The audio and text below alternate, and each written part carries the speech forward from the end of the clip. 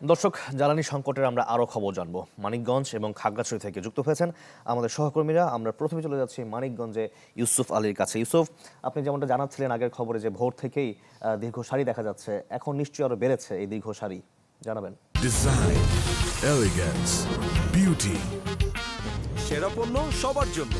জেভিকো। হ্যাঁ, শাকিলা, আপনি যেমনটি বলছিলেন, আসলে এই জ্বালানি তেলের সংকট যত দিন যাচ্ছে তত কিন্তু প্রকট আকারে ধারণ করছে। আমি যদি একটু চিত্র দেখাই, যে মানিকগঞ্জে একটি পাম্প, এখানে কিন্তু ফজরের আজানের আগে থেকেই এই গ্রাহকরা জ্বালানি তেল নেওয়ার জন্য আসছে।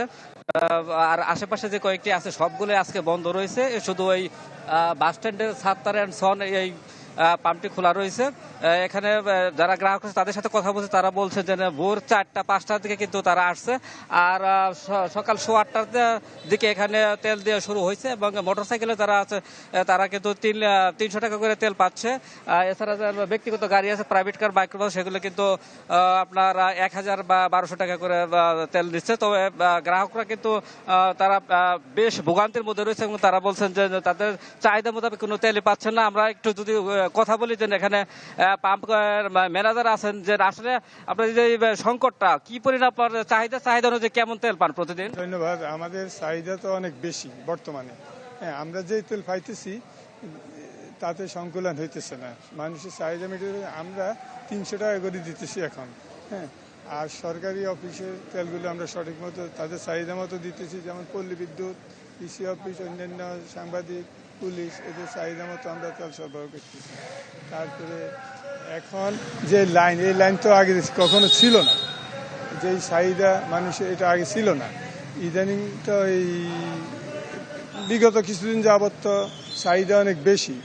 হুন্ডা দেখা যায় একবার নিলে ওরা আবারও আসে বারবার নিতে, ওদের মনে আতঙ্ক পরে পাবে কিনা আমরা যা অনুভব করতেছি। হ্যাঁ, এই জন্য ঘুরি ঘুরি ওরা নিতেছে এবং শত শত লোকের লাইন সবসময় থাকতেছে। হ্যাঁ, তাই এইতে আমাদের চাহিদা অনুযায়ী আমরা তেল পাইতেছি না। জি, ধন্যবাদ আপনাকে।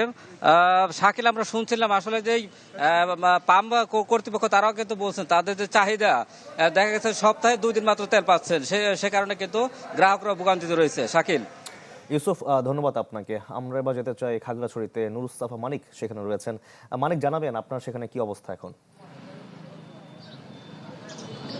শাকিল, আমি এখন আছি খাগড়াছড়ি শহরের বাস স্ট্যান্ড এলাকা। সেই বাস স্ট্যান্ড এলাকায় একটি ফিলিং স্টেশনে আছে। আমরা এখানে এসে দেখতে পেয়েছি যে সকাল 6টা থেকে এখানে কিন্তু মানুষ লাইনে দাঁড়িয়েছে, এবং আমরা এখন যে স্টেশনে দাঁড়িয়ে আছি তার বাহিরে দীর্ঘ সারিতে কিন্তু মোটরসাইকেল ব্যবহারকারীরা কিংবা অন্যান্য যারা জ্বালানি তেল যাদের নেওয়া দরকার তারা কিন্তু এখানে এসে কিন্তু ভিড় করেছেন। যেটি চট্টগ্রাম খাগড়াছড়ি যে মহাসড়ক, সেই মহাসড়কের পাশে একটি ফিলিং স্টেশন বাস স্ট্যান্ড এলাকা, সেখানে কিন্তু সকাল থেকে মানুষজন কিন্তু এইসব অপেক্ষা করছে। তবে এখনো পর্যন্ত যেই ফিলিং স্টেশন, এটিতে কিন্তু এখনো কিন্তু যে জ্বালানি তেল সরবরাহ সেটি শুরু হয়নি। এখানকার যারা কর্তৃপক্ষ রয়েছেন তারা জানিয়েছেন যে 3টার পর থেকে এখানে কিন্তু জ্বালানি তেল সরবরাহ সেটি শুরু হবে, এবং অকটেনের জন্য কিন্তু দীর্ঘ যেমন সারি রয়েছে, এর পাশাপাশি এখানে যারা কৃষি কাজ করে থাকেন, বিশেষ করে এখন যে কৃষির যে বিভিন্ন ফল কিংবা বিভিন্ন ফলনের মৌসুম, এই সময়ে কিন্তু এখন পানি সেচ দেওয়া দরকার। সেই সময়ে কিন্তু এখন কৃষকরা কিন্তু অনেকটা বেকায়দায় রয়েছেন। তারা কিন্তু